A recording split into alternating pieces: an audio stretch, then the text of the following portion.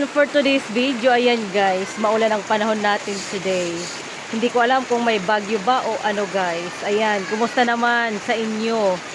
Ano ba lagay sa inyo? From Samar, ayan guys. Shout out from Samar.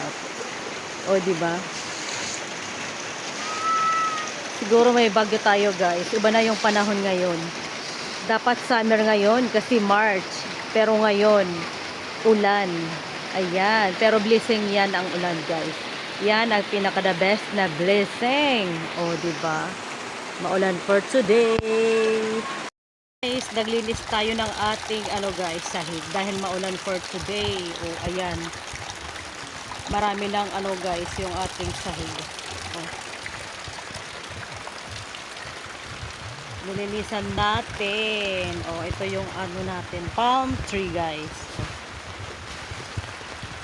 Imbis na matulog kasi maulan, pero tayo naglinis tayo kasi malumot na yung ating sahig guys. Oh. Kailangan ng kuskusin ng maigi. Oh. Ito yung palm tree natin.